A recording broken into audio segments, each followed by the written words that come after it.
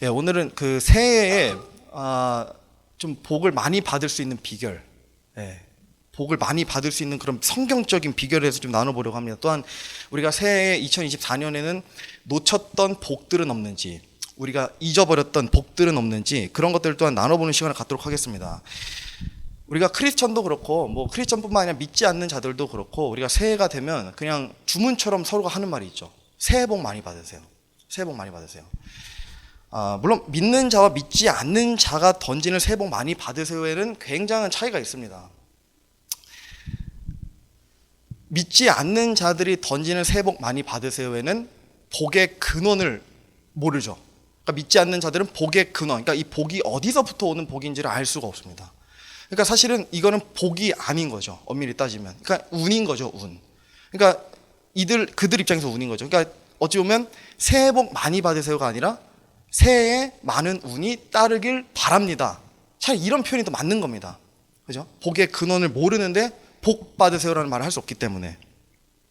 다만 크리스천이 던지는 새해 복 많이 받으세요라는 말은 우리가 복의 근원을 정확히 알고 있고 또 복의 근원이 누구이시고 또 어디로부터 내려오는지 복이 정확히 알고 있기 때문에 문자 그대로의 의미가 통합니다. 새해 복 많이 받으세요. 그죠? 그러니까 우리가 새해 복 많이 받으세요라는 말을 쓰는 것은 그렇게 이상한 일이 아니라는 겁니다. 또한 방금 읽은 우리가 야고보서 1장 17절에도 모든 믿는 자들의 복의 근원이신 하나님께서는 세상 사람들이 이 세상에서 기대하는 여러 행운과는 본질적으로 또 성질적으로도 완전히 다릅니다. 이 복은 어떤 복이냐? 회전하는 그림자도 없고 절대 변하지 않으시는 하늘로부터 내려오는 복. 그런 하나님께서 던져주시는 복이라는 겁니다. 세상에서는 우리 많이 얘기하기를 이게 너가 이제 운이 다 했다. 너 행운은 여기까지인가 보다. 이런 말들을 종종 많이 하는데 우리가 받는 복은 그들이 말하는 복과 본질적으로도 완전히 다른 겁니다. 왜냐하면 이 복은 변함도 없고 회전하는 그림자도 없으신 하나님께서 주시기 때문에. 그래서 중요한 것은 하나님께서 우리에게 주시는 복이 우리의 행복과 연결되지 않을 수 있습니다. 그러니까 세상 사람들이 말하는 새해 복 많이 받으세요, 그러니까 또는 새해에 많은 운이 따르길 바랍니다라는 표현은 어떤 것 때문이에요? 행복 때문이잖아요. 그죠? 그러니까 행복하길 원해서 그 사람이, 또는 내가 행복하길 원해서 나 많은 복 받고 싶다, 나는 많은 행운이 필요하다, 이런 말들을 하는 건데, 아이러니하게도 크리스찬들이 말하는 새해 복 많이 받으세요는 이게 새해에 많은 행복이길 바랍니다는 좀 다른 의미일 수 있습니다. 왜냐하면 하나님께서 주시는 복이 우리의 행복과 연결되지 않을 수도 있습니다. 우리의 행복과 연결되지 않을 수도 있습니다. 여러분, 복과 행복은 의미적으로도 본질적으로도 다르다는 거 혹시 알고 계세요? 그 슬라이드 하나 띄워주세요. 복이라는 단어가 영어로 블레싱인데 이게 어근이 블러드에서 나왔어요. 피에서 나왔어요. 피에서. 복은. 자, 그리고 다음 슬라이드 또 있어요. 행복. 행복은 영어로 해피네스인데 이것은 해픈에서 나왔어요. 어원이. 그러니까 복과 행복은 사전적으로도 의미적으로도 완전히 다릅니다. 어원적으로도 완전히 달라요. 그러니까 우리가 아까 전 슬라이드요. 복이라는 단어도 보면 예수님께서 흘리신 그 피를 기반으로 우리가 복을 받습니다. 그러니까 예수님의 피 흘리심이 크리스찬의 복의 근원이 되는 거예요. 바꿔 말하면 무슨 말이에요? 예수님의 피 흘리심을 믿지 않는 자는 복을 받을 수가 없습니다. 하나님의 복을 받을 수가 없습니다. 그렇다면 이런 질문이 좀 생겨요. 예수님께서 피를 흘리시기 전에 구약시대 사람들은 그러면 도대체 어떻게 복을 누렸는가? 왜냐하면 성경에 구약시대 복 받은 사람이 너무나도 많잖아요. 그럼 이런 사람들은 도대체 예수님의 피 흘림 이전의 사람들인데 어떻게 그렇게 많은 복을 받았는가? 이유는 간단합니다. 로마서 4장 보세요. 성경 기록이 무엇라 말하느냐? 아브라함이 하나님을 믿음에 그것을 그에게 의로 여기셨느냐 하느니라. 아브라함은 하나님만 믿은 것이 아니라 장차 다가올 그 메시아, 유대 민족을 구원할, 또 온 세상을 구원할 예수 그리스도가 흘리실 그 피를 믿었습니다. 다가올 그 메시아를 믿음으로 바라봤다는 거예요. 그죠? 아브라함은 제가 조금 이따 다시 살펴보겠습니다. 그래서 어쨌든 복이라는 단어, 영어로 블레싱이고 예수님의 피 흘린 곧 블러드가 어근이고 성도들의 모든 복은 구속과 화평을 가져다 주신 이 철저하게 예수 그리스도의 보혈에 근거합니다. 다음은 이제 행복이죠. 아까 우리 살펴봤지만 해픈, 그러니까 이제 어떤 상황이에요. 상황이나 어떤 환경을 얘기하죠. 그러니까 행복은 어떤 사건이나 상황에 의해 좌지우지되는 성격을 가지고 있어요. 그러니까 변하는 거예요. 근데 아까 우리 야고보서 1장 17절에는 어때요? 하나님께서는 변하지 않으시고 회전하는 그림자도 없으시대요. 그러니까 엄밀히 따지면 변질하는 성격은 하나님의 것이 아닙니다. 그러니까 변하는 것은 하나님께서 주시는 게 아니에요. 그러니까 엄밀히 따지면 행복이라는 것, 세상에서 정의하는 이 행복, 해피니스도 하나님께서 주시는 게 아닐 수도 있다는 겁니다. 그래서 오늘 이런 걸 좀 살펴보려고 그러거든요. 이 행복은, 세상에서 정의하는 행복은 외부적인 환경에 의존하기 때문에 쉽게 변할 수 있는 감정이고, 그죠? 이 행복을 느끼려고 세속적인 것들을 많이 끌어안습니다, 세상에서요. 그래서 정리해보면 회전하는 그림자 없이 변하지 않으시는 하나님과 관계에서 나오는 영원한 복이 이제 하나님께서 주시는 복이고, 행복은 세속적이고 일시적이고 쉽게 변질되는 성격을 가졌습니다. 환경에 따라 변화하는, 그래서 그런 육신의 기쁨적 영역이라는 겁니다.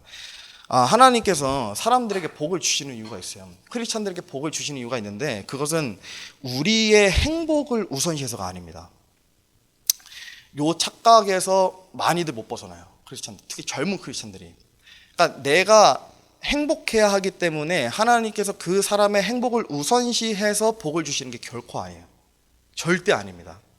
엄밀히 따지면 사람의 행복은 하나님의 기쁨보다 절대 앞설 수 없습니다. 한 번도 앞선 적도 없습니다. 하나님께서 주시는 모든 복, 가장 우선적으로는 우리의 행복이 아니라 하나님의 행복과 1차적으로 연결되어 있습니다. 그러니까 우리가 복받아서 우리가 행복한 것 같지만 사실은 그게 아니라는 거예요. 하나님께서 행복하시기 때문에, 하나님께서 이것으로 인해 기뻐하시기 때문에 복을 주신다는 겁니다. 그래서 우리가 하나님이라는 분을 알아갈 때에 이것에 대해 오해가 없어야 됩니다. 그래서 사람은 오히려 자신의 행복을 추구하면 추구할수록 죄를 짓습니다. 그래서 크리스찬이 행복을 추구하는 삶을 사는 것은 조금 위험할 수도 있어요.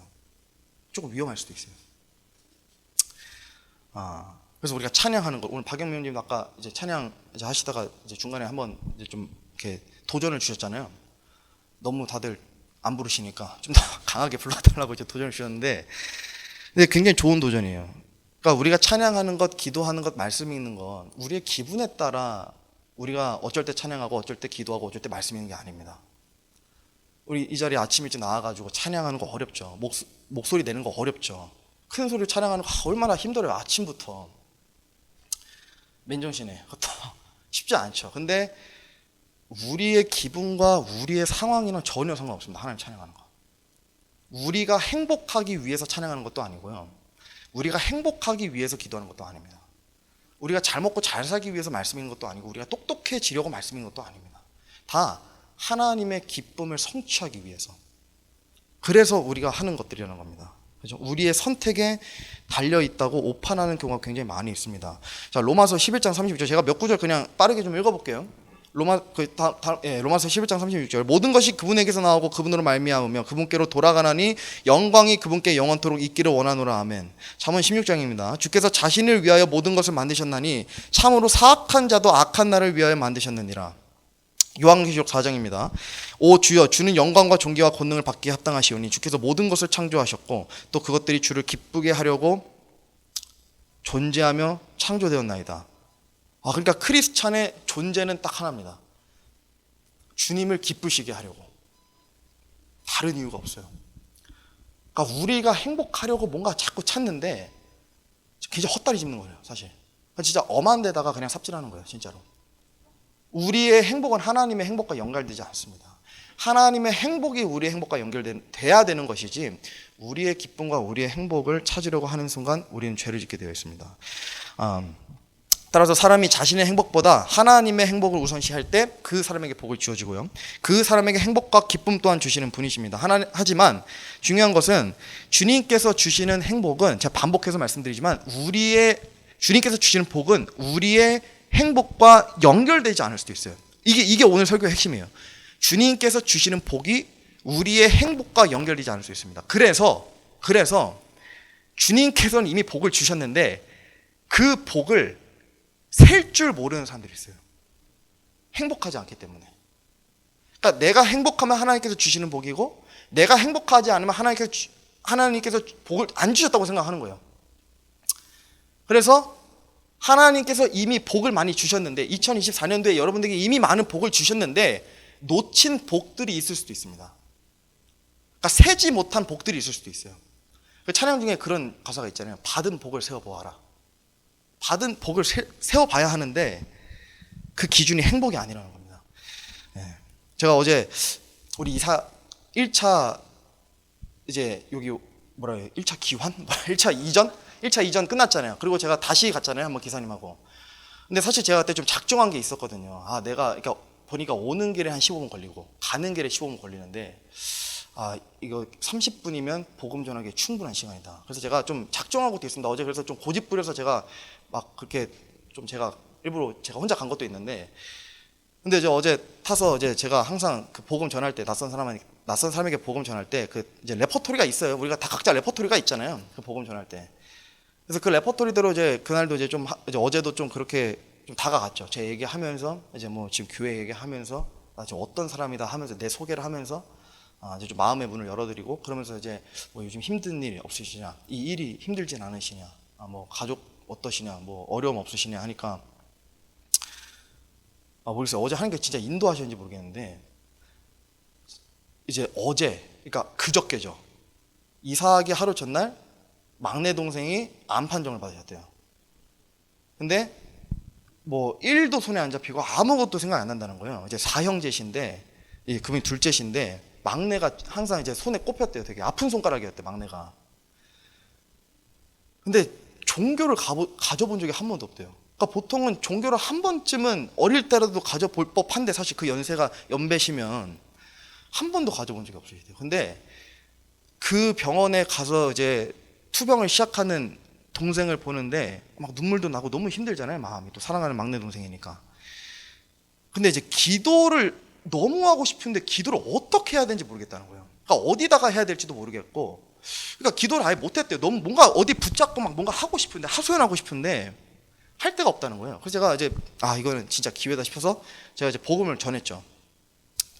그래서 제 이제 할아버지도 최근에 암 판정 받으셔서 그런 얘기하면서 이제 예수님의 보혈에 대해서 또 얘기하면서, 구속에 대해서 얘기하면서, 구원에 대해서 얘기하면서, 죽음 이후에 대해서 얘기를 해드렸죠. 근데 이제 제가 마지막에 무슨 말씀을 드렸냐면, 기사님이 오늘 예수님을 믿으신다 그래도, 또는 막내 동생분이 오늘 예수님을 믿으신다 그래도 그 병이 낫고 기사님의 가족이 막 행복해지고, 왜냐면 기사님 또 소원이 그거래요. 그냥 연배도 많이 있으시니까 딸이 2딸이 있으신데 그냥 행복하게 사는 것, 행복하게 그러니까 무병장수하는 것, 흔히 말해서. 근데 제가 그런 것들을 예수님 믿는다고 해서 주어질지 확신은 못하겠다. 그러니까 맘 같아서는 그렇게 얘기하고 싶은데, 진짜 기사님이 구원받았다 하더라도, 오늘 진짜 예수님을 믿고 제 말을 들어서 집에 가서 곰곰이 생각하다가 예수님 믿게 된다 하더라도 진짜 행복이 주어질지는 제가 모르겠다. 기사님 원하시는 행복이. 근데 한 가지 확신할 수 있는 거는, 기사님이 죽음 이후에는 확실한 행복과 복이 영원히 있을 것이라는 것에 대해서는 제가 확신 있게 말씀드릴 수 있다 하면서 이제 제가 성경 말씀들을 막 읽어드렸거든요. 관련해서 그 핸드폰으로. 그러니까 제가 드리고 싶은 말씀은 뭐냐면, 우리는 이미 확실한 복이 예언되어 있어요. 이미 너무나 확실한 복이 이미 예언되어 있어요. 가장 큰 복, 이 세상에서는 절대 누릴 수 없는 가장 큰 행복과 복이 이미 우리 앞에 놓여져 있단 말이에요. 그죠? 그 복은 우리가 영원토록 우리가 그렇게 만나보고 싶어 했던, 한 번도 본 적 없지만 그렇게 우리가 기다렸던 예수 그리스도를 우리가 마주하고 영원히 그분과 우리가 지옥에 가지 않고, 죽어도 죽지 않고 부활해서 그분과 함께 영원토록 거할 것이라는 확실한 복입니다. 그러니까 저도 이제 이 얘기를 하면서 이 생각이 들더라고요. 나는 이미 복 받은 사람이구나. 그러니까 2025년도 마찬가지예요. 아무런 복, 그러니까 우리가 생각할 때 아무런 복을 못 받아도 우리는 이미 복 받은 사람이기 때문에 무언가를 더 바랄 이유가 없는 거예요, 사실. 하나님의 행복과 기쁨을 구해야지 우리의 복과 우리의 뭔가 형통함을 바라는 것이 참 배부른 생각이구나. 그러니까 이런 생각이 저도 좀, 제가 막 기사한테 복음을 전하면서 그런 생각이 좀 들더라고요. 제가 우리가 복에 대해서 생각하면 할수록 이런 의문이 들 수 있어요. 그럼 하나님께서 왜 모든 크리스찬들에게 복을 주시지 않느냐, 아낌없이 주시지 않느냐.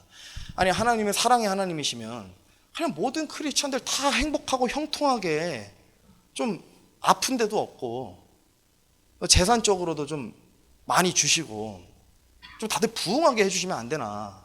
사랑의 하나님, 사랑의 하나님이시면. 이거에 대한 답을 우리가 자녀를 키우는 방식에서 힌트를 얻을 수 있습니다. 자녀가 없으신 분들도 자녀 된 사람들로서 우리가 이 힌트를 얻을 수 있어요. 그러니까 우리 자녀들이 어릴 때 무언가 막 사달라 그러잖아요. 근데 어릴 때 사달라고 하는 것들은 대부분 다 유익하지 않은 것들이죠.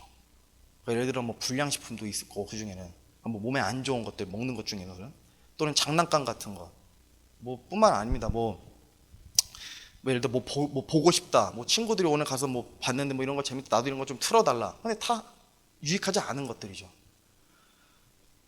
먹는 것도 마찬가지고. 근데 그런 것들을 자녀들이 항상 쪼르는데, 사실 부모들은 그런 것들을 해주는 건 굉장히 위험한 일이잖아요. 사실 자녀들에게 좋지 못한 거니까. 근데 자녀를 사랑하는 건 변함이 없죠. 내가 그걸 안 해준다고 해서 자녀를 사랑하지 않는 게 아니거든요. 내가 그거를, 자녀를 사랑하기 때문에 안 해주는 거예요. 그러니까 이런 것에서 우리가 좀 힌트를 얻을 수 있다는 거예요. 그러니까 하나님께서 우리를 사랑하면 할수록 우리가 원하는 것들을 안 들어줄 확률이 굉장히 높습니다. 그러니까 오히려 감사해야 돼요. 그래서 제가 전에도 한번 기도에 대해서 그때 말씀을 드렸지만 기억할지 모르겠지만, 제가 그런 명언을 한번 들어서 제가 말씀드렸잖아요. 지금까지 우리 기도를 들어주지 않은 것에 대해서 너무 감사하다고. 그러니까 제가 원했던 것들을 다 들어주셨으면 진짜 버르장머리 없는 크리스찬이 됐을 것 같아요. 진짜 너무 갓난아기 같은 크리스찬이 아직도 되어 있을 것 같아요. 그냥 정말 마마보이 같은, 그냥 원하는 것 다 하나님께서 주셨으면. 지금 굉장히 간접적으로 제가 비유를 든 것이지만 하나님께서 우리 이런 관점을 바라보고 계신다는 겁니다. 영적 건강에 좋지 못한 것들은 주시지 않는다는 거예요. 근데 영적 건강에 좋지 못한 것들은 대부분 다 우리의 행복과 연관되어 있죠. 우리의 행복과 연관되어 있으니까 내가 이런 것들을 못 받으면 하나님께서 나에게 복을 안 주시네, 복을 안 주시네, 이렇게 생각한다는 겁니다. 그래서 우리가 죄를 지을 수 있는 수단이나 빌미는 하나님께서 결코 허락하시지 않았습니다. 우리 삶 속에 그런 것들이 주어지는 이유는 하나님께서 주신 게 아니에요. 그러니까 우리의 육신의 충만함과 우리의 육신적인 행복을, 또한 기쁨을 충족시켜주는 무언가가 우리 손에 들어왔다. 그건 하나님께서 주신 게 아니에요. 그건 그냥 우리가 찾은 거예요. 어린아이들이 엄마 아빠 몰래 사탕 먹고 아이스크림 먹고 하는 것처럼 우리가 그냥 찾은 겁니다.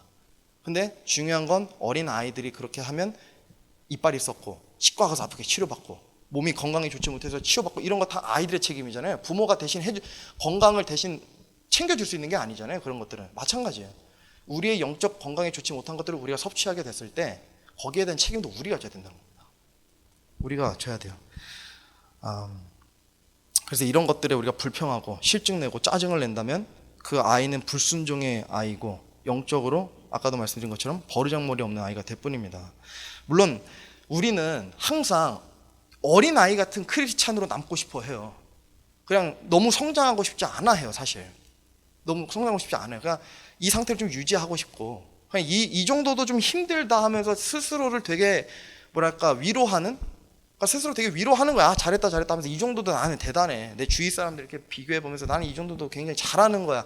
그러니까 이렇게 어린아이 상태로 남고 싶어 하지만 고린도전서 말씀에 이런 말씀이 있어요. 조금 긴데요. 제가 한번 읽어보겠습니다. 잘 따라와 보세요. 형제들아, 내가 영에 속한 자에게 말하는 것 같이 너희에게 할 수 없어서 육신에 속한 자 곧 그리스도 안에 있는 갓난 아이들에게 말하는 것 같이 하였노라. 내가 너희를 저주로 먹이지 아니하고 음식으로 하지 아니하였나니 이는 지금까지 너희가 그것을 능히 감당하지 못하였으며 지금도 능히 못하기 때문이라. 너희가 아직도 육신에 속하였도다. 너희 가운데 시기와 다툼과 분열이 있으니 너희가 육신에 속하여 사람들처럼 걷지 아니하느냐. 지금 사도 바울이 성도들을 책망하고 있죠. 근데 뭐라고 책망하고 있어요? 영에 속한 사람처럼 얘기할 수 없다 그러잖아요. 그러니까 근데 고린도 교회는 분명히 구원받은 성도들이에요. 구원받은 성도들인데 사도 바울이 고린도 교회 성도들이 가서 내가 마치 구원받은 사람처럼, 영적으로 성숙한 사람처럼 너희한테 얘기 못하겠다. 지금 그렇게 얘기하는 거. 왜 그런 거예요? 지금 고린도 교회 성도들이 아직도 육신에 속한 자처럼 살기 때문에. 구원을 받았는데 아직도 육신에 속한 자처럼 지금 살고 있는 거예요. 세상 사람 한 명 데려오고 고린도 교회 성도 한 명 데려왔을 때 딱 두 사람 세워보니까 그렇게 크게 다르지 않아. 뭐 외형적인 것뿐만 아니라 삶을 살아가는 사회생활을 하는 스탠스가 그렇게 크게 다르지 않아를 사도 바울이 지금 책망하는 거예요. 근데 지금 이런 사람을 하나의 단어로 지금 얘기하고 있어요. 뭐라고 얘기하죠? 갓난 아이들. 영어로 보면 babies in Christ거든요. 그러니까 진짜 베이비예요, 베이비. 그리스도에 속하긴 했으나 베이비인 사람들. 근데 베이비일 수도 있지. 이게 뭐가 문제인가? 근데 지금 사도 바울이 하나님께서 사도 바울을 통해서 지금 이걸 책망하고 계신 거예요. 안 된다고. 베이비인 상태에 남아있으면 안 된다고. 그걸 지금 계속 경고하시는 거예요. 지금 사도 바울을 통해서. 그죠? 꼬집고 있는 거예요. 신앙생활을 한 지가 꽤 되었고 믿음생활을 한 지가 꽤 되었는데 아직도 음식을 섭취를 못하는 거예요. 그러니까 아직도 소화를 못하고 있는 겁니다. 그죠? 그래서 사도 바울이 어떻게 돼요? 이거 말씀 다 갈아서 으깨가지고 하나하나 떠먹여주면서 그러니까 진짜 저주로 먹이는 거예요. 사도 바울이. 히브리서 5장입니다. 시간으로 보건대 너희가 마땅히 가르치는 자가 되었어야 할 터이나 하나님의 말씀의 첫째 기초 원리들을 남에게 다시 배워야 할 필요가 있나니 너희에게 있나니 너희가 단단한 음식이 아니라 젖을 필요로 하는 자가 되었도다. 젖을 사용하는 자마다 갓난아이이므로 의의 말씀에 능숙하지 못하니라.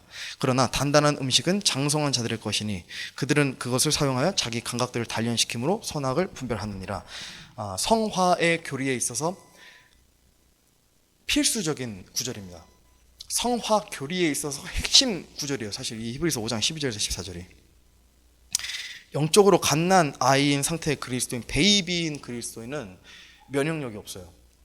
그러니까 진짜 베이비예요. 선악을 구별을 못할 정도로 마치. 그러니까 분명히 알 텐데 정확히 구별하지 않는 걸 지금 비꼬는 거죠, 사도 바울이. 그냥 그런 것들을 무분별하게 다 섭취하는 겁니다. 몸에 좋은 것뿐만 아니라 몸에 좋지 않은 것들도 그냥 분별 없이. 그죠?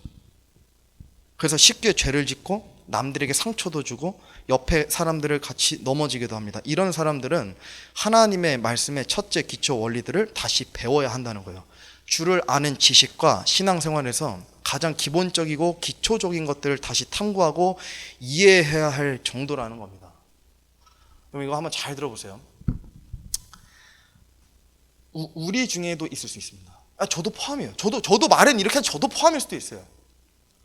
그러니까 잔인하게 들리실 수 있지만 우리 중에도 아직 베이비인 사람이 있을 수 있습니다. 저를 포함해서. 근데 이런 상태에 있다면 굉장히 위험한 거예요. 왜냐하면 면역력이 없기 때문에. 어느 정도냐면 첫째 기초 원리들을 다시 배워야 할 정도로. 그러니까 신앙생활을 예수 믿고 구원받은 딱 그 시점밖에 아직 안 된다는 거예요. 이거는 사실 굉장히 무서운 경고의 말씀입니다. 이런 상태가 되면 안 된다는 거예요, 사도 바울은. 그래서 이런 이유 때문에 하나님께서 결코 우리가 육신적으로 원하는 것을 아무리 떼쓰고 강구해도 주시지 않아요. 인간 부모는 주죠. 뭐 저도 딸내미가 몸에 안 좋은 거 얼마나 좋아요. 막 아이스크림 이런 거 얼마나. 근데 때때로 사줘요, 때때로. 인간 연약하니까 저 너무 보기 좋은데 어떻게 얘가 막 아이스크림 하나만 가지고도 기뻐해요. 막 700원의 행복. 가성비가 너무 좋아. 700원만 주면 너무 행복해요. 너무 좋아, 그런 거 보면. 근데 하나님께서는 700원이 아니라 100원이라 하더라도 허락 안 하신다는 거예요. 우리에게 영적으로 좋지 못한 것들 절대 주시지 않는 거예요. 백날을 구해도 주시지 않습니다. 그거 하나를 위해서 어떤 성도가 죄를 짓고 영적으로 좋지 못한 하나를 위해서 진짜 몇천 명이 기도를 해도 절대 이루어지지 않습니다. 그분은 완벽하신 하나님이시고 완벽하신 부모님이기 때문에 크리스찬들이 이런저런 복들을 구하죠. 돈 많이 벌게 해주세요. 좋은 직장 가게 해주세요. 사업이 번창하게 해주세요. 장수하게 해주세요. 아이들이 좋은 대학 가게 해주세요. 사람들에게 인정받게 해주세요. 집값이 오르게 해주세요. 등등을 대부분 구합니다. 근데 우리 원초적으로 한번 돌아가서 한번 우리 스스로에게 질문해보면 그냥 질문해 봐야 돼요. 도대체 왜 그런 것들이 주어져야 됩니까? 그러니까 많은 성도들이 그런 것들을 구하잖아요. 나의 행복을 위한 것, 나의 좀 삶의 형통함과 평안을 위한 것. 너무 많이 기도하니까 이게 잘못된 건지 모르겠어요. 근데 한번 우리 그냥 원초적으로 돌아서 한번 생각해 보는 거예요. 그럼 왜 이게 주어져야 되나? 왜? 그죠? 왜? 이게 하나님의 행복과 무슨 연관이 있습니까? 이게 하나님의 영광과 무슨 연관이 있습니까? 하나님의 기쁨과 그분이 존귀함과 이게 어떠한 연관이 있어요? 사람들이 행복해지는 게 사실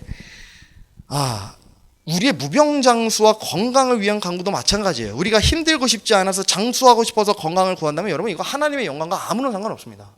진짜 아무런 상관이 없어요. 심지어 암에 걸렸다 하더라도 정말 죽을 위기에 처했다 하더라도 하나님의 영광과 기쁨과 존귀와 행복과 연관이 없는 거라면 사실 구해서는 안 됩니다. 나를 위한 것, 하나님을 위한 것 정확히 구별해야 돼요. 정확히. 그래서 하나님의 복은 결코 그렇게 작동하지 않는다는 겁니다. 누군가가 예를 들어 육적으로 형통했다면 그것을 칭찬해주고 정말 하나님께서 복 주셨다고 얘기하는 것에 대해서 좀 경계해야 돼요. 예전에 저 신앙생활 굉장히 어릴 때 막 이제 구원받은 그 교회에서 고등학교 제가 19살이었나? 그때 이제 진짜 쇼킹한 사건이 있었어요. 제가 하나만 좀 간증하고 넘어가자면 간증이 아니라 그냥 너무 쇼킹해서 이제 그날 교회 갔는데 막 사람들이 이제 예배 앉다가 이제 시작하기 10분 전에 누가 들어온 거예요. 어떤 저랑 비슷한 나이 또래 사람이 들어왔어요. 그래서 그 부모가 막 들어오는데 엄마 아빠랑 손잡고 막 사람들이 박수를 치는 거예요. 가서 막 껴안아주고. 근데 너무 궁금한 거예요. 뭐지? 뭐 어디 선교 갔다 왔나? 아니 어디 뭐 파견 갔다 왔나? 도대체 왜 저러지? 근데 그 연세대학교에 붙었대요. 그 사람이. 근데 제가 연세대를 못 가서 질투하는 게 아니라 근데 이제 무슨 생각이 들었냐면 그 어린 나이에도 이게 하나님께서 주신 복이라 할 수 있나? 그러니까 그때 그 자리에 있는 사람들은 다 진짜 하나님의 복이라고 막 칭찬했거든요. 근데 저는 왜 그런 생각했냐면 이 사람이 2년을 교회를 안 나왔대요. 그 수능 공부 때문에 연세대 가기 위해서. 아니 근데 저게 하나님의 복이라고? 하나님의 복이 그렇게 작동하나? 그러니까 저는 어릴 때부터 그 생각이 지금까지 또렷이 남아있거든요. 내가 아는 하나님은 그렇게 복을 주지 않을 것 같은데 교회를 2년이나 내 행복을 위해서 내 커리어를 위해서 내 미래를 위해서 그렇게 투자하면서까지 내가 하나님을 찾지를 않았는데 하나님의 복이 그렇게 주어진다고? 그러니까 어린 그 나이에도 이게 굉장히 쇼킹했었습니다. 그래서 하나님의 복은 그렇게 작동하지 않습니다. 우리의 행복에 충족시켜 주시고자 복을 주시는 분이 아니라는 겁니다. 자, 그래서 구체적으로 어떤 원리와 원칙에 의해서 복이 주어지는지 좀 살펴봐야 돼요. 그래서 하나님께서 복을 주시는 이유가 있다 그랬죠.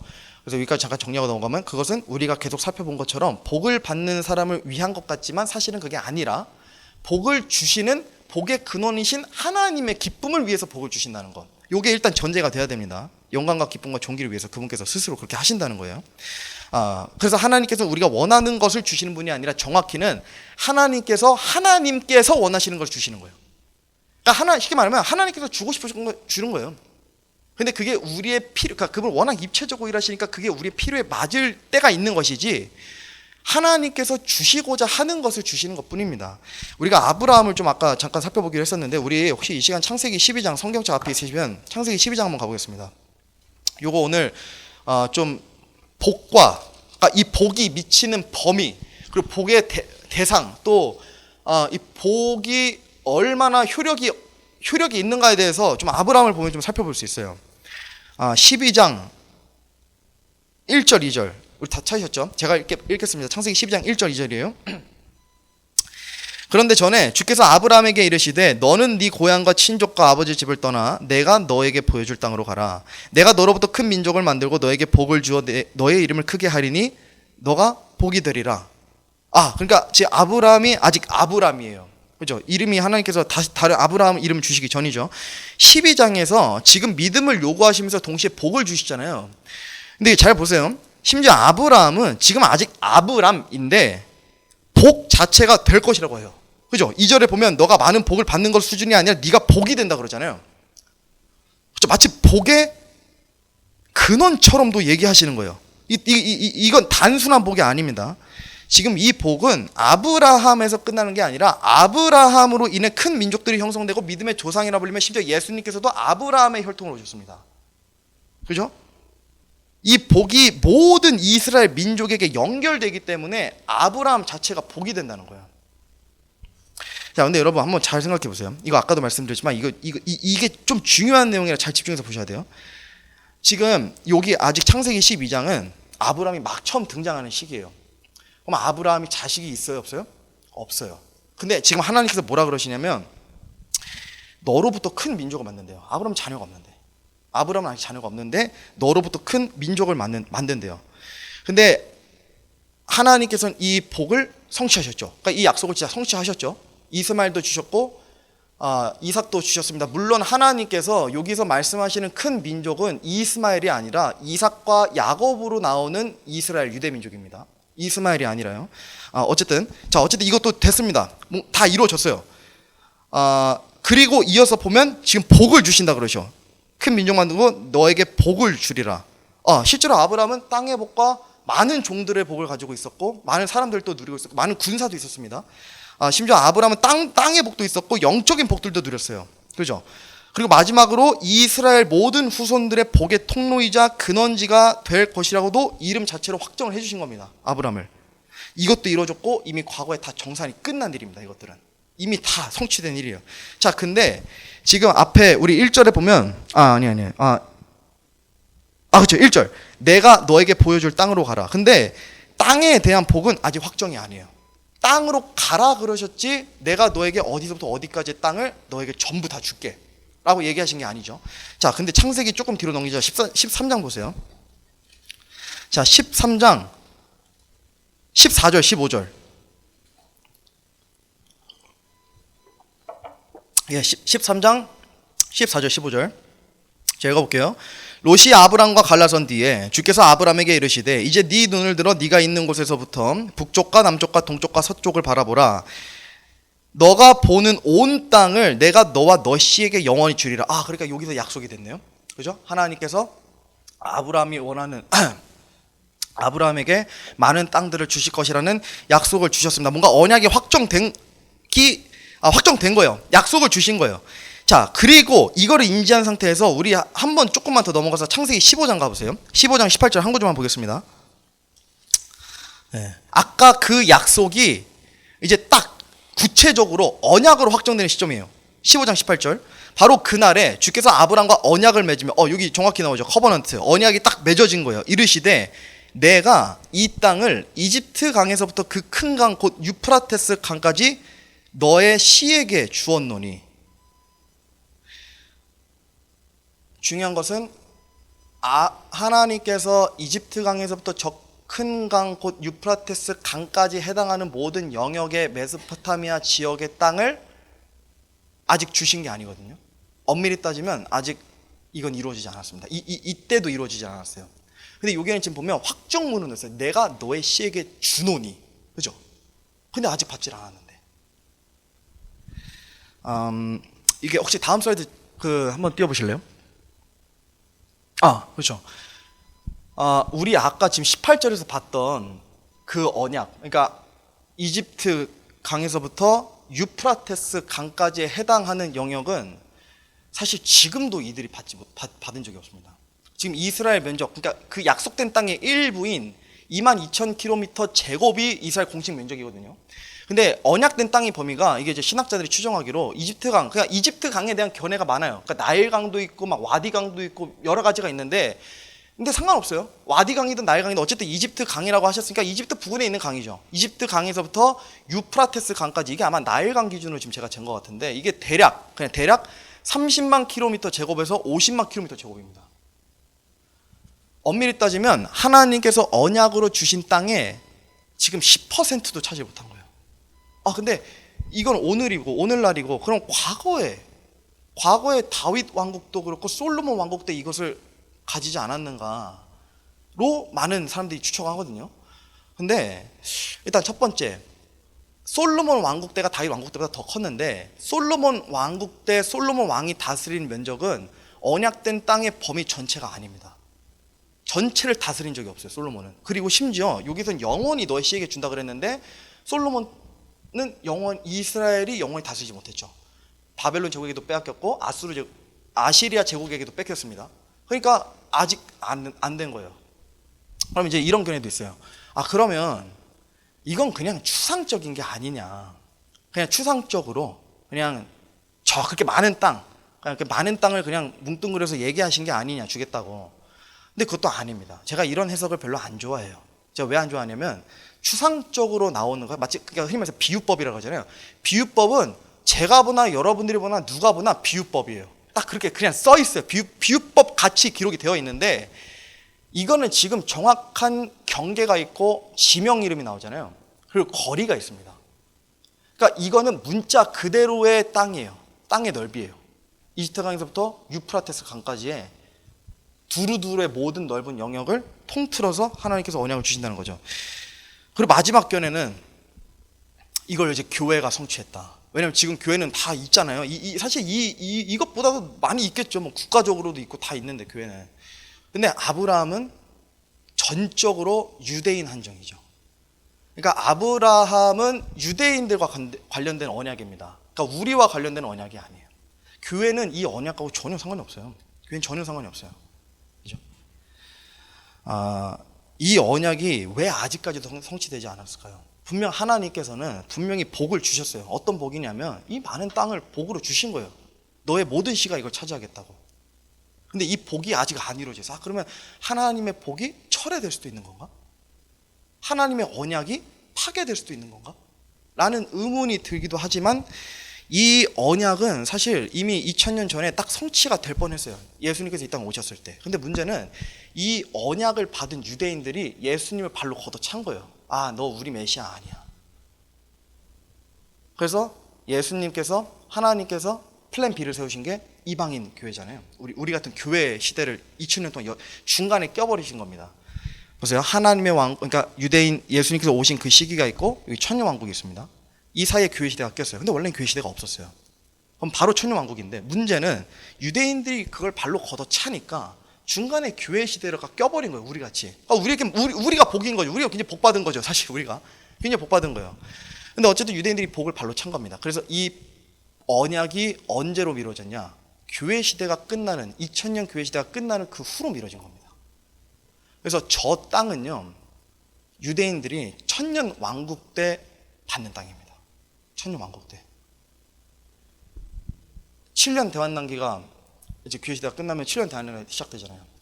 그럼 7년 대환 단계에 뭐 한 단계 얘기할 건 아니지만 어쨌든 그 이제 7년 대환, 그러니까 전반부 후반부 다 끝나면 육신을 입고 유대인들이 들어가요. 그 천년 왕국에. 이방인들은 굉장히 적을 겁니다. 제가 이방인들이 왜 적다 그러냐면, 이방인들은 이미 짐승의 표를 받았거나 아니면 짐승의 표를 받지 않았을 텐데, 문제는 짐승의 표를 받지 않은 사람들은 진작에 다 순교했죠. 그럼 남아있는 이방인이 그렇게 많지 않을 거예요. 근데 제가 왜 여지를 자꾸 주냐면, 구약에도 보면 갈렙도 이방인인데 유대민족으로 들어와진 거고, 욥도 이방인이잖아요. 그러니까 이런 이방인들의 구속사역을 보면 그들 중에서도 이방인들은 몇 명은 조금은 있을 수 있겠다가 제 해석입니다. 어쨌든 뭐 그건 중요한 게 아니지만, 어쨌든 그런 유대인들이 육신을 입고 들어가서 천년 동안 번성하고 다스리는 그 땅, 그 천년 왕국에서 이 언약이 성취되는 거예요. 유대인들에게. 교회는 아니죠. 왜 교회는 아니죠? 교회는 그 땅을 누리는 게 아니에요. 그 땅에서 우리가 민족으로 사는 게 아니에요. 우린 신부고 왕들이기 때문에 우린 다스리는 자들이에요. 저와 여러분들이 다스리는 자들이에요. 우리가 그 땅을. 그래서 엄연히 그 땅의 민족으로서 들어가는 사람들은 유대인들이고, 이 언약이 그때 확정되는 겁니다. 이거 제가 왜 얘기하냐면, 아브라함 하나 때문에 유대인들이 다 복받는 거예요. 이게 굉장히 중요해요. 아브라함 때문에 복의 근원이 시작이 된 거예요. 언제까지요? 천년왕국 때까지. 이게 어마어마한 복입니다. 이런 언약의 복은 하나님께서 아무나 맺으시는 게 아니에요. 아브라함은 딱 그런 사람이었어요. 이렇게 복받을 정도로 뭔가 있었던 사람이에요. 무언가를 가지고 있었던 사람이거든요, 아브라함이. 그래서 창세기 18장에 보면 그거 보기 전에 22장 한번 더 보겠습니다. 창세기 22장, 우리 좀만 더 뒤로 넘길게요. 22장 2절. 자, 아까 12장에서 아브라함의 믿음의 여정이 시작됐죠. 그러니까 아브라함이 믿음의 테스트를 받았습니다. 가라. 너 아버지 집을 떠나서 그 안락한 곳을 떠나서 네가 경험해보지 못한 그 낯선 땅으로 가라. 믿음의 시험을 받았습니다. 민족들 다 이제 종들 데리고 다 갔어요. 중간중간에 여러 믿음의 여정들이 있었잖아요. 아브라함이 우리 다 얘기 안 해도. 자, 그리고 그 믿음의 완성이 지금 딱 종결되는 구절이에요. 22장 2절. 그분께서 이르시되 이제 너는 네 아들 곧 네가 사랑하는 너의 유일한 아들 이삭을 데리고 모리아 땅으로 가서 거기서 내가 너에게 일러줄 산들 중 하나에서 그를 번제 헌물로 드리라 하시니. 그리고 아브라함이 어떻게 했죠? 이삭을 바쳤죠. 아브라함의 믿음의 모든 테스트가 끝났고 아브라함의 믿음이 완성됐다고도 볼 수 있는 대목입니다. 교리 신학적으로 이 대목이. 그러니까 아브라함은 이런 믿음을 가지고 있었어요. 근데 아들을 바친 믿음, 여기서 끝나는 경우가 많은데 사실 여기에 좀 숨겨진 믿음이 있습니다. 왜냐하면 우리 조금 밑에 보시면 5절 보세요. 자, 이제 아브라함이 산으로 간대요. 그리고 5절 보세요. 자기 청년들에게 이르되, 같이 이제 그 이삭이랑 같이 갔던, 너희는 나귀와 함께 여기에 머물러 있으라. 나와 아이는 이삭은 거기에 가서 경배하고 너에게 다시 오리라 하고. 분명히 하나님께서 번제물로 바치라고 했는데 이거는 이제 죽는다는 얘기잖아요, 이삭이. 근데 지금 아브라함은 얘기하기를 나 이삭이랑 다시 돌아올 거다. 나 이삭이랑 나 손잡고 다시 올 거다, 너네한테. 안 죽는다, 이삭 안 죽는다. 그러니까 아브라함이 어떤 믿음이 있었냐면요. 이제 여러 견해가 있지만, 일단 이삭이 죽지 않을 것이라는 것에 대한 믿음이 있었는데 이 믿음은 뭐에 기반이 되는 거냐면요. 아까 제가 말씀드렸잖아요. 아브라함은 곧 다가올 장차 그 유대인들 민족을 구원할 또 온 인류를 구원할 죄를 대속하실 그 어린 양 예수 그리스도를 바라보는 믿음이 있었다고. 구약의 의로운 사람들은 다 그 믿음 플러스 이제 행위로 구원을 받았는데 아브라함도 그런 믿음이 있었고 이삭이 전적으로 예수 그리스도의 모형임에 따라서 이삭을 통해 예수 그리스도의 부활 시단까지 믿은 거예요. 이게 신학적으로도 굉장히 중요한 조건이에요. 이게 왜 그러냐면 성경을 보면 예수 그리스도의 모형이 많이 있잖아요. 모세도 있고 여호수아도 있고. 근데 이삭이 제일 근접하고 제일 확실한 모형입니다. 신학자들이 얘기하기를. 일단 첫 번째 견해가 뭐냐면 유일하게 성경에 독생자라는 표현은 딱 2명밖에 쓰이지 않았어요. 하나님 아들의 독생자이신 예수 그리스도와 또 한 사람이 이삭입니다. 성경에 가서 독생자 검색하시면 이삭하고 예수 그리스도밖에 없어요. 일단 이게 굉장히 핵심적입니다. 독생자라는 표현, 그러니까 전적으로 하나님과 예수 그리스도의 그 관계를 아브라함과 이삭과 관계에서 하나님께서 조명하셨다는 거예요. 구약에서. 이게 굉장히 일단 또 중요한 해석이고요. 또는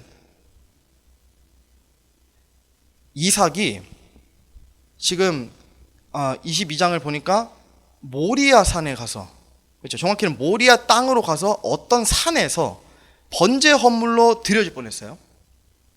예수님께서 오르신 그 언덕은 골고다 언덕, 갈보리 산인데 거기가 모리아 땅입니다. 그러니까 모리아 지역의 산지 중에 하나인 산인 골고다 언덕에 올라가셔서 나무에 결박당하셨죠. 그리고 이삭도 나무에 결박당했습니다. 그러니까 성경에서 여러 예수 그리스도의 모형이 등장하지만 이삭만큼 확실한 모형이 없어요. 그리고 아브라함은 이걸 믿음의 눈으로 좀 관통해서 본 거예요. 이것을.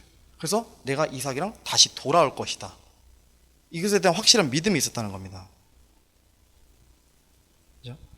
그래서 창세기 18장 이제 다시 조금만 돌아가서 보시면 19절 보세요. 창세기 18장 19절.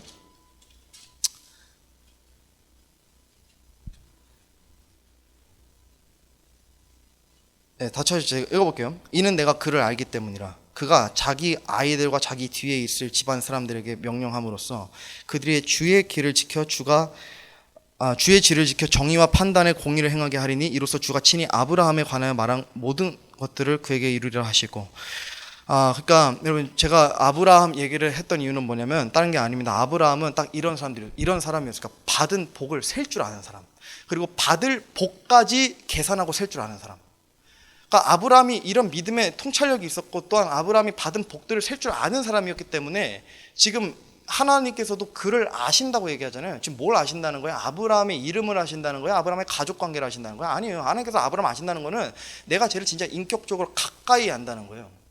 내가 아브라함이 받은 복을 셀 줄 아는 사람이고 믿음으로 볼 줄 아는 사람이라는 것을 하나님께서 아셨다는 거예요.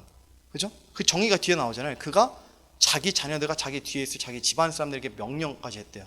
그죠? 어떤 명령이에요? 복을 주시는 복의 근원이신 하나님의 길을 지켜서 정의와 공의를 행하고. 그러니까 하나님께서 우리를 이렇게 알고 싶어 하시는 거예요. 그러니까 우리에게 많은 복, 그러니까 아브라함 오늘 살펴본 것처럼 굉장히 많은 복들을 받은 이 아브라함처럼 우리에게 복을 주고 싶어 하시는데, 문제는 받은 복을 셀 줄 아는 사람이 그렇게 많지 않다는 겁니다. 받을 복들 또한 굉장히 제대로 세지 못한 사람도 굉장히 많다는 겁니다. 그래서 복이 주어지는 원리는 하나님께서는 항상 선하시고 좋은 분이시기 때문에 모든 하나님의 복은 항상 선하고 항상 좋은 것들이지만, 중요한 것은 이렇게 받는 복들이 하나님께서 행복하시기 때문에 나의 행복을 거기에 일치시켜야 되는 것이지, 내가 복을 받았기 때문에 내가 행복해서 하나님께서 행복하실 것이다, 이런 관점으로 복을 바라보면 안 된다는 거예요. 그래서 아브라함이 이것을 바라봤고, 또 그런 자기에게 주어진 그런 많은 복들을 또 세고 또 살필 줄 아는 사람이었다는 겁니다. 예를 들어 어떤 사람에게 하나님께서 복을 주실 때 그 복에 감사해야 하고 그 풍성한 은혜에 감사해야 하고 더욱더 하나님께 가까이 나아가려고 하는 사람이, 하나님께서는 그걸 미리 아셨기 때문에, 그래서 그 복을 주시면 그 복으로 인해서 복을 세고 하나님께 더 가까이 나아갈 걸 아셨기 때문에 하나님께서 복을 주시는 것이지, 복을 주시는 겁니다. 그리고 반대로 어떤 사람이 어려운 일이 도무지 풀리지 않고 고난 가운데 계속 처해져 있고 삶이 형통하지 않다면, 그것은 그 사람을 하나님께서 버리시거나 외면하신 게 아니라 내가 얘한테 복을 줘도 얘가 받은 복들을 셀 줄 모르는 사람이라는 것을 하나님께서 먼저 아시기 때문일 수도 있다는 겁니다. 우리가 또는 이런 것도 생각해 볼 수 있어요. 어려움과 고난 자체, 그러니까 어려움과 고난도 복일 수도 있습니다. 그러니까 우리 삶에 어떤 형통함이 없고 평안함이 없는 것, 뭔가 그런 것들도 복의 일부일 수도 있어요. 복의 일부일 수도 있어요. 이거 오늘 설교 결말에서 좀 살펴볼 텐데, 이건 조금 이따가 다시 살펴보겠습니다. 결말적으로. 제가 그 슬라이드 하나 준비했는데, 이거 혹시 그 이미지 캡처한 거 있나요, 혹시? 제가 띄워놨는지 모르겠네. 요게 이제 얼마 전 기사인데, 요게 우리나라 우울증 환자가 최초로 연간 100만 명이 넘었대요. 근데 이게 이제 2030이 굉장히 많다 그러더라고요. 그러니까 2030 세대 중에 우울증 환자가 굉장히 많대요. 근데 이게 연간 제가 보니까 10%씩 지금 평균 증가했다 그러거든요.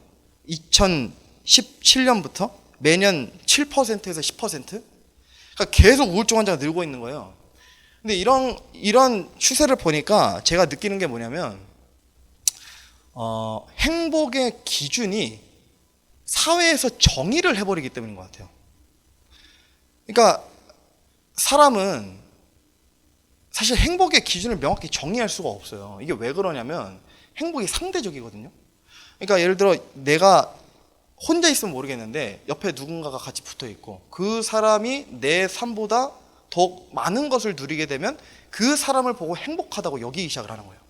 그러니까 행복이라는 거는 굉장히 상대적인 거예요. 그리고 사람도 저마다 성향이 다르고 너무나 많은 사람들이 있기 때문에 행복은 어떤 것이다 라고 누구도 결론 낸 적이 없어요. 과거에 소크라테스 또 많은 철학자들이 접근을 했지만 행복론이라는 책도 냈잖아요. 근데 정확하게는 행복에 대해서 정의한 바가 없어요. 그러니까 굉장히 어려운 거예요, 행복이라는 걸 정의하기가. 왜냐면 내가 행복이다 생각해서 딱 정의를 했는데 누구는 나는 그런 것에 행복함을 느끼지 않는다라고 얘기할 수도 있기 때문에. 그래서 문제는 뭐냐면, 내가 예를 들어 미디어를 많이 노출되고 또 여러 SNS를 많이 보다가 저기에 나오는 사람들의 내 삶을 비교해 보기 시작하는 거예요. 그래서 내 삶은 어떤가? 또 저 사람들의 삶은 어떤가? 하면서 이제 하나하나 막 비교해 보기 시작하는 겁니다. 그러니까 2030 세대가 특히 미디어에 많이 노출되어 있기 때문에 이 부분에 굉장히 취약해요. 그러니까 예를 들어 방송에서 뭐 나 혼자 산다도 그렇고 뭐 여러 유튜브도 그렇고 여러 방송들을 보면 계속해서 뭔가 잘 사는 모습들이 많이 보이잖아요. 그러니까 그런 것들을 보면서 내 삶은 굉장히 우울하고 내 삶은 굉장히 행복하지 않은 삶으로 여기기 시작한다는 겁니다. 그래서 뭔가 이런 좀 추세가 계속해서 생겨나는 것 같아요. 어떤 절대적인 기준이 있다기보다 이런 행복함을 느끼지 못하는 것들이 뭔가 이런 것들이 때문인 것 같습니다. 또한 뿐만 아니라 아까도 살펴본 것처럼 세상에서 정의하는 행복은 계속 변질되는 특성을 가지고 있기 때문에 뭔가 만족할 수가 없어요. 그래서 세상과 사회에서는 절대적인 행복의 기준을 내릴 수도 없고 그 가치관을 딱 자를 수도 없는 겁니다. 그래서 제가 마지막으로 성경에서는 행복한 사람에 대한 기준들이 뭐라고 나오는가. 그러니까 세상에서는 정의되지 않는 그 행복이 성경에서는 딱 정의가 되거든요. 정확하게 나와 있어요. 어떤 사람이 행복한 사람이라고. 그래서 오늘 제가 그거를 좀 살펴보고 마치겠습니다. 예. 이게 새해에 우리가 많은 복들을 받을 수 있는 비결이에요. 성경에 나와 있는 행복한 자들, 그러니까 어떤 사람이 행복한 자들로 여겨지는가, 요거를 유심히 살펴보면 우리가 새해 많은 복들을 받을 수 있는 비결이 되게 됩니다. 왜 그러냐면 하나님께서 성경을 보면 행복한 자는 복 받은 자거든요. 그러니까 하나님으로부터 복을 받는 자가 행복한 자인데, 하나님께서 크리스찬이 어떤 것들로 인해서만 행복해야 되는지 정확히 정의하시기 때문이에요. 그러니까 이 외의 것들로는 행복을 누려서는 안 된다는 거예요, 크리스찬이. 그래서 그거 제가 너무 많은데 딱 3가지 정도만 좀 보겠습니다. 첫 번째는 우리 다음 슬라이드 띄워주시면 돼요. 고난이라는 이름의 행복이 있습니다. 욥기 5장 17절. 이거 제가 화면에 띄워놨는데 우리 한번 같이 읽어볼까요? 시작.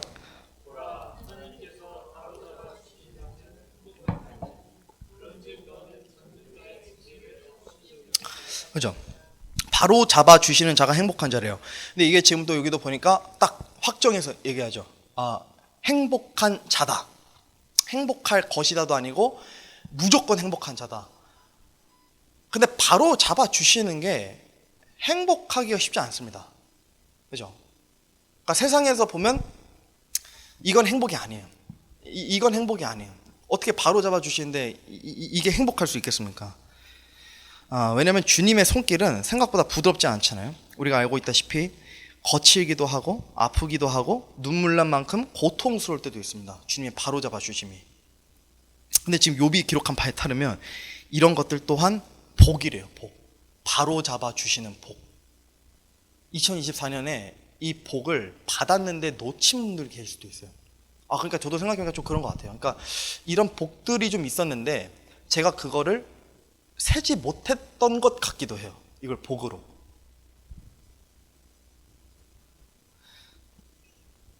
그래서 나를 단련하시기 위해서, 바로 잡아주시기 위해서 설사 나의 건강을 치시던, 나의 재산을 치시던, 나의 직장을 흔드시던 이런 것들 전부 복으로 여기고 행복할 줄 알아야 됩니다. 바로 잡아주시는 복에 의해서 우리가 믿음의 단련이 받으면, 이게 욥이 왜 복이라 그랬냐면요, 그 욥이 이런 고백을 했죠. 마지막에 내가 정금같이 나오리라. 그죠? 그러니까 내가 이 모든 단련과 바로 잡아주시는 이 모든 고난이 끝나면 나는 정금같이 나오리라. 이게 굉장히 큰 복입니다. 욥이 누렸던 복. 그죠? 그래서 이거를 고난이라는 이름의 복으로라고도 할 수 있어요. 베드로전서 3장 14절에 이런 말씀이 있어요. 그러나 너희가 의로 인하여 고난을 당하면 행복한 자니 그들이 두렵게 하는 것을 무서워하지 말고 불안해하지도 말며. 지금 이 말씀 보니까 여러 고난이 있지만 모든 고난들이 행복한 건 아니에요. 모든 고난들을 또 행복으로 여기면 안 돼요. 중요한 게 있죠. 의로 인하여 고난을 당할 때만 행복합니다. 그러니까 하나님의 이름 위해서, 공의를 위해서, 주님의 거룩하심에 의해서 내가 고난을 받는 경우만 한정이에요. 그런 자는 고난이라는 복이 주어지고 또 고난이라는 복으로 여겨서 그런 것들로 인해서 욥처럼 행복해 해도 된다는 겁니다. 근데 반대로 우리가 뭔가 육신적인 행위를 해가지고 내가 고난받는 것, 죄송하지만 그거 하나님의 영광과 상관없습니다. 그거는 하나님께서 세상을 창조하실 때 아담 때부터 이미 세상에 보이지 않는 규칙으로 심어 놓으신 법칙이에요. 심음과 거둠의 법칙. 이건 무조건이에요. 면제가 될 수가 없어요. 공의의 하나님이시기 때문에. 내가 무조건 뭔가 심었다면 뭔가 거둬야 됩니다. 그러니까 안 좋은 걸 심었다, 거둬야 돼요. 어쩌죠? 우리의 책임이, 아까 제가 말씀드렸잖아요. 어린 아이들이 아빠 엄마 몰래 몸에 안 좋은 거 먹으면 이빨 썩고 하는 건 다 본인들 책임이에요. 부모가 대신 지어줄 수 있는 책임이 아닙니다. 근데 중요한 것은 엄마 아빠가 아이를 단련하기 위해서, 어떤 훈련을 시키기 위해서, 때로는 어떤 교육을 하기 위해서 아이에게 어떤 어려움을 좀 냅둘 때가 있잖아요. 그죠? 어떤 어려움을 그냥 방치할 때가 있습니다. 그런 것들은 또 아이를 위한 건데, 아이가 또 그런 것들로 인해서 성장하고, 마찬가지의 원리로 우리가 예수님의 이름으로 인해서 고난 받는다는 것, 요거는 또 행복해 할 수 있다는 겁니다. 왜냐면 복이기 때문에. 이게 왜 복이냐면 모두가 또 경험할 수 있는 게 아니에요. 아쉽게도 예수님의 이름으로 고난을 당할 기회가 많지 않습니다. 사실 생각해보면 그렇게 많은 게 아니에요. 그러니까 누구나 다 이 환경에 처해질 수 있는 것도 아니고, 그래서 이것도 복입니다. 이게 왜 복이냐면 주님께서 전부 환산해서, 환전해서 보상으로 돌려주시거든요. 그리스도의 심판석에서. 자, 베드로전서 4장 12절 16절입니다. 사랑하는 자들아, 너희를 단련하려고 오는 불같은 시련에 관해서는 마치 이상한 일이 너희에게 일어난 것 같이 이상히 여기지 말고 오히려 너희가 그리스도의 고난에 참여하는 자가 되었으므로 기뻐하라. 이것은 그분의 영광이 드러날 때에 너희가 넘치는 기쁨으로 또한 즐거워하게 하려 함이니라. 너희가 그리스도의 이름으로 인해 비방을 받으면 행복한 자로다. 여기도 또 나오네요. 그리스도의 이름으로 인해 비방을 받으면 행복한 자로다. 영광의 영 곧 하나님의 영께서 너희 위에 머물러 계시느니라. 그분께서 그들 편에서는 비방을 받으시나 너희 편에서는 영광을 받으시느니라. 그런 너희 중에 아무도 살인자나 도둑이나 악을 행하는 자나 남의 일에 참견하는 자로 고난을 받지 말라. 그럼에도 어떤 사람이 그리스도인으로 고난을 받으면 그는 부끄러워하지 말고 도리어 이 일로 인해 하나님께 영광을 돌려. 고난에도 종류가 있죠. 우리의 잘못으로 인해 힘든 것은 복된 고난이 아닙니다. 그래서 15절에서도 정확히 나오죠. 아무도 너희 중에 너희 뜻대로 행한 일로 고난을 받지 말라. 왜냐하면 하나님께 영광을 돌릴 수가 없기 때문에. 그죠? 근데 반대로 그리스도인이라는 이름 하에, 또는 그리스도의 이름 하에 고난을 받으면 하나님께 영광을 돌릴 수 있다는 겁니다. 복이기 때문에. 그죠? 그래서 우리가 주님의 이름으로 비방을 받거나 어려움에 처하거나 인간 관계에서 트러블이 발생하는 복된 이런 것들, 주님의 이름으로 받는 이런 모든 것들은 다 복된 고난입니다. 복이에요, 복. 그죠? 심지어 이런 것들 하나님께서 분명히 허락하셨다고 그러잖아요. 12절 보세요. 12절 보면 처음에 뭐라 했어요? 우리를 단련하는 불같은 시련은 이상한 일로 여기지 말래요. 왜 이상한 일이 아니에요? 하나님께서 허락하셨기 때문에.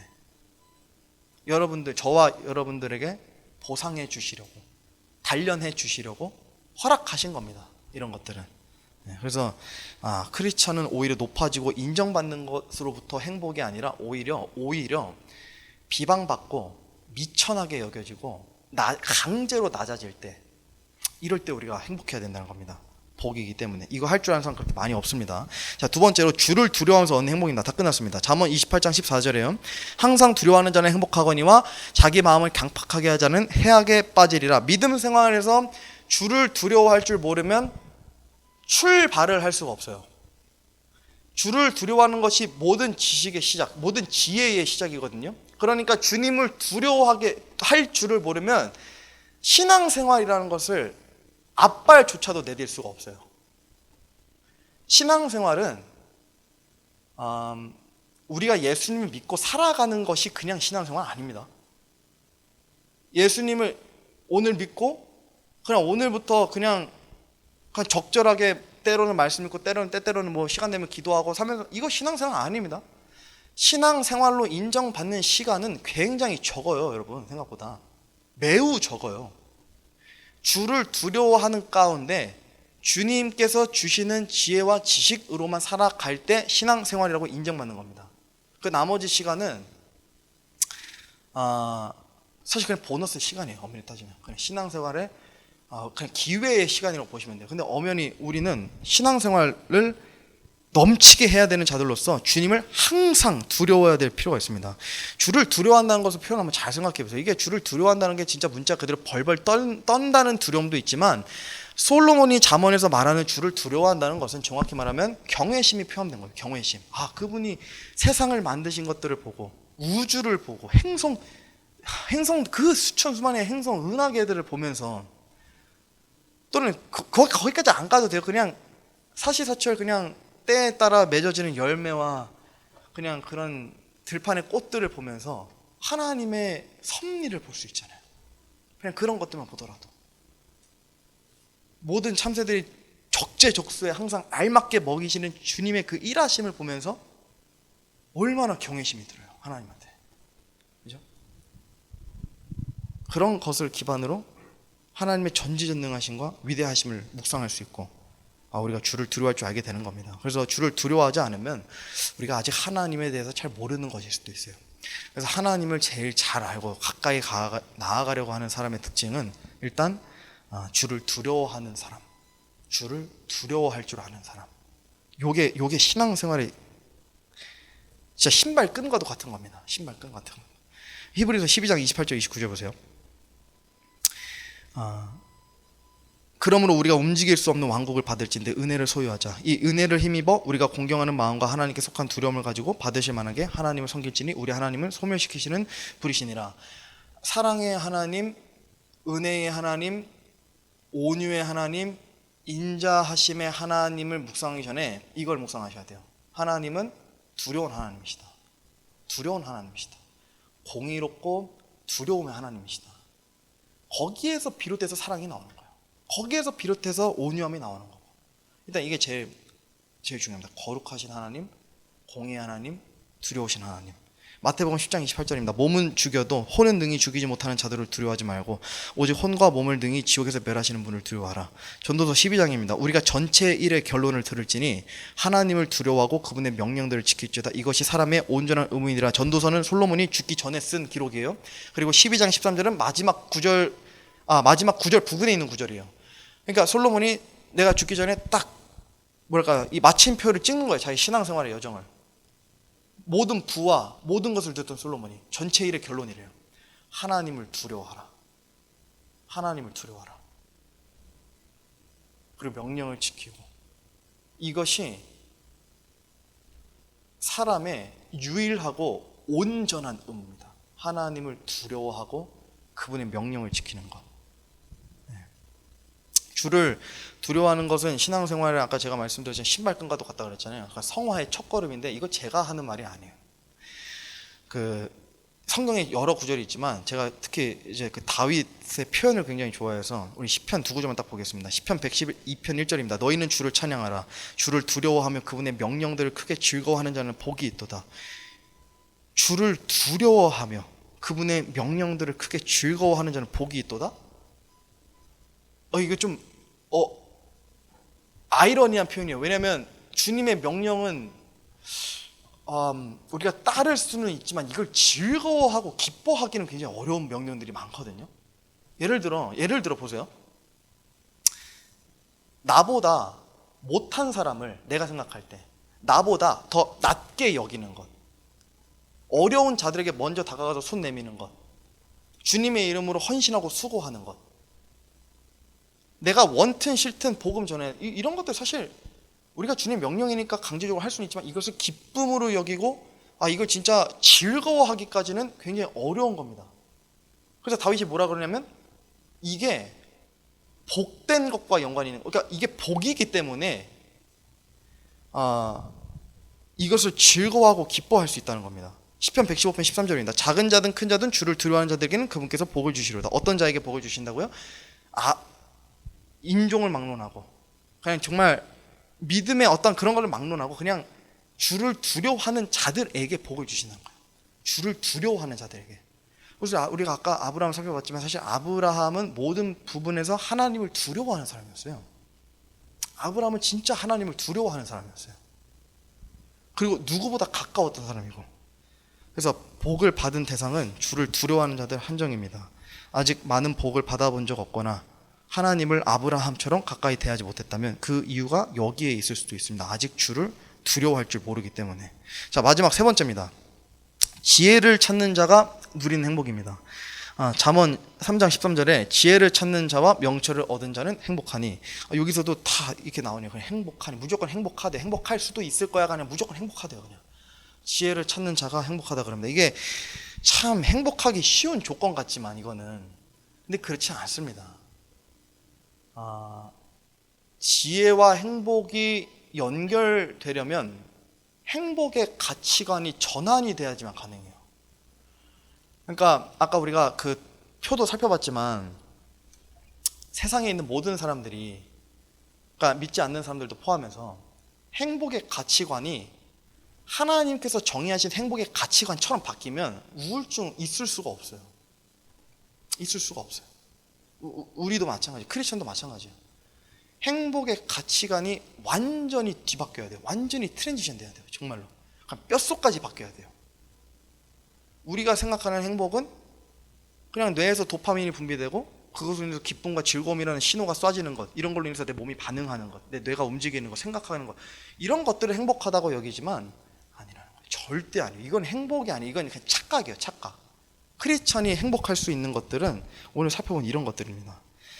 우리가 왜 지혜가 행복과 연결되기 어렵고, 또한 솔로몬도 그렇고 다윗도 그렇고 잠언을 이제 솔로몬이 특히 기록할 때 지혜에 대해서 굉장히 많이 기록했잖아요. 근데 지혜가 왜 이렇게 많이 기록했냐면 이게 이유가 있어요. 그러니까 성경의 지혜에 대해서 제일 많이 다룬 책이라 하면 잠언인데, 왜 그러냐면 지혜는 두 종류의 지혜가 있습니다. 하나는 하늘로부터 내려온 지혜가 있고, 하나는 땅에서부터 올라온 지혜가 있어요. 야고보서 3장 15절 17절입니다. 자, 화면에 띄워놨어요. 이러한 지혜는 위로부터 내려오는 것이 아니요 땅에 속한 것으로 관능적이며 마귀에게 속한 것이니 시기와 다툼이 있는 곳에는 거기는 혼란과 모든 악한 일이 있느니라. 그러나 위로부터 난 지혜는 첫째 순수하고, 다음으로 화평하며 부드럽고 간청을 잘 들어주며 긍휼과 선한 열매로 가득하고 차별과 위선이 없나니. 야, 요거 잘 보세요. 하늘로부터 온 지혜는, 자, 첫째 순수하고, 그 다음도 화평하고 부드럽고 간청을 잘 들어준대요. 긍휼과 선한 열매로 가득하고 차별과 위선이 없대요. 하늘로부터 온 지혜로 이렇게 살아야 되는데 크리스찬들 중에 이렇게 살 수 있는 사람 많이 없어요. 저도 그렇고 많이 없어요. 특히 부드럽고 간청을 잘 들어주며, 너 진짜 어려운 겁니다. 부드럽고 간청을 잘 들어주며, 옆에서 막 찬양하지 말라 그러는데, 이 간청은 들어줄 수 없는 간청이죠, 우리가. 근데 배려는 해줄 수 있겠죠, 그죠? 긍휼도 필요하고 선한 열매도 가득하고 차별도 없고 위선도 없대요. 하늘로부터 나온 지혜는. 이렇게 지금 보면 굉장히 어렵잖아요. 근데 이렇게 하는 사람이 행복한 사람이라는 거예요. 왠 줄 아세요? 하나님께서 행복하시기 때문에. 그래서 제가 오늘 결론으로 가면 드릴 말씀은, 하나님께서 가지고 계시는 행복적 가치관, 그러니까 이게 우리의 행복 가치관이 돼야 돼요. 그러면 하나님께서 행복해 하시는 것들로만 우리가 행복할 수 있어요. 우리가 지금 볼 때, 하늘로부터 온 지혜는 너무 어려워요. 저걸로 세상을 살아가려고 그러면 맨날 당하고 살아야 돼. 무시당하고 살아야 되고, 그죠? 근데 그렇게 하는 것이 하나님께서는 행복으로 여기시기 때문에, 믿음이 성숙한 사람은, 아직도 젖을 먹는 사람이 아니라 고기를 씹을 줄 아는 사람은, 내 행복이 아니라 내가 좀 저런 대우를 당해서 조금 비참하게 느껴진다 하더라도 하나님께서 행복해 하신다는 것을 아브라함처럼 믿음의 눈으로 보고 나도 행복할 수 있다는 겁니다. 그렇게 돼야 된다는 거예요. 그래서 우리가 젖먹이가 아니라 진짜 시간에 맞추어서 또 계속해서 흘러가면서 우리가 진짜 장성한 분량에 이르러서 고기를 씹을 수 있는 그런 사람들이 돼야 된다는 거예요. 그런 성도들이. 그러면 우리의 행복적 가치관이 완전히 바뀐다는 겁니다. 그래서 우리가 무엇을 계획하든 생각하든 무엇을 바라고 무엇을 보든 이거 한 가지만 그냥 항상 기억하시면 돼요. 이게 하나님의 영광과 무슨 상관이 있는가? 내가 지금 내뱉는 말, 내가 지금 보려고 하는 것, 내가 지금 생각하려고 하는 것, 내가 지금 하려고 하는 것, 이게 하나님의 영광과 무슨 상관이 있는가? 고린도전서 10장 31절, 제가 굉장히 좋아하는 구절이죠. 그런즉 너희가 먹든지 마시든지 무엇을 하든지 다 하나님의 영광을 위해서 하라. 모든 것. 우리 신앙을 가지고 있는 모든 크리스천들이 하는 모든 것에는 다 하나님의 영광이 뒤따라야 된다는 겁니다. 모든 것에는. 그래서 이런 지혜로 우리가 세상을 살아갈 때 영적으로 많이 성장하는 것뿐만 아니라 진짜 하나님께서 가지고 계시는 그 행복으로 인해서 내가 행복해질 수 있을 것 같아요. 그러니까 우리의 행복의 가치관이 완전히 바뀌는 거죠. 그래서 이런 자들에게 뭐가 주어지냐면 하나님의 풍성한 복이 주어집니다. 그러니까 2025년에는 저도 좀 작정한 게 있지만 성도님들 좀 이거 하나 우리가 작정을 같이 해야 될 것 같아요. 그러니까 무엇을 하든지 다 하나님의 영광을 위해서 하는 것 뿐만 아니라 행복의 가치관을 완전히 전환시켜서 하나님께서 행복해 하시는 것이 무엇인가? 그죠? 그러니까 하나님께서 나에게 주고자 하시는 것에 내가 다 반응할 수 있는가? 예를 들어 하나님께서 내가 지금 너희들한테 보니까 너희들은 지금 고난이 필요해, 역경이 필요해, 파도가 필요해, 폭풍과 필요해. 그래서 그걸 주실 때 그걸 진짜 박수 치면서 기뻐하면서 아멘 하면서 행복해 할 수 있는가 생각해 보면 어렵죠. 그렇죠? 어려운 일이에요, 사실.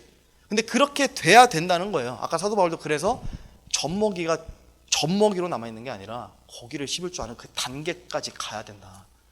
그래서 2025년 딱 그런 해가 됐으면 좋겠어요. 행복 가치관 전환하고, 그죠? 우리가 온갖 종류, 하나님께서 주고자 하시는 온갖 종류들을 다 기뻐하는 거, 다 기뻐하는 거. 네, 제가 기도하고 마치겠습니다. 사랑과 은혜가 풍성하신 하나님 아버지,